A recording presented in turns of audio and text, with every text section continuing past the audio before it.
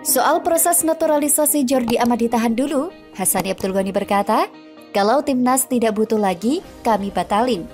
Anggota EXO PSSI yang ditugaskan untuk menaturalisasi pemain, Hassani Abdul Ghani memberikan tanggapan soal pernyataan apakah proses naturalisasi Jordi Amat ditahan terlebih dulu. Pernyataan itu muncul menyusul ramainya kabar Jordi Amat bergabung dengan klub Malaysia, Johor Darul Takzim. Kabar bergabungnya Jordi Amat dengan Johor Darul Takzim disampaikan oleh pejabat JDT, Tunku Ismail Sultan Ibrahim pada Senin 27 Juni 2022. Jordi akan jadi bagian dari JDT, dan jika semua proses soal paspor selesai, maka insya Allah akan gabung JDT dalam waktu dekat. Ungkap Tunku Ismail Sultan Ibrahim, dilansir bolaspo.com dari Harian Metro. Apa yang saya tahu, ibunya berasal dari Makassar, Indonesia. Adalah suatu kerugian bila Indonesia tidak mengambilnya untuk bermain di timnas, karena dia pemain berpengalaman yang sudah berlaga di 100 lebih laga kompetitif di Eropa. Bagaimanapun kita tunggu saja proses dan berharap bergabung JDT secepat mungkin, ujarnya.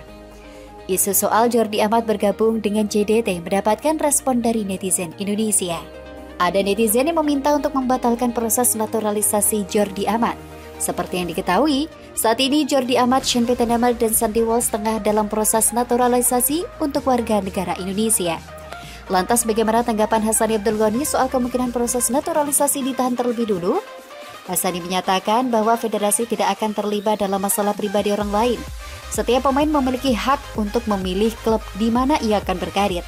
Poin saya, kenapa federasi harus terlibat dalam ranah pribadi orang? Ujar Hassani Abdul Ghani. Kan dia main untuk timnas, kalau timnas sudah tidak membutuhkan dia lagi, baru kami batalin.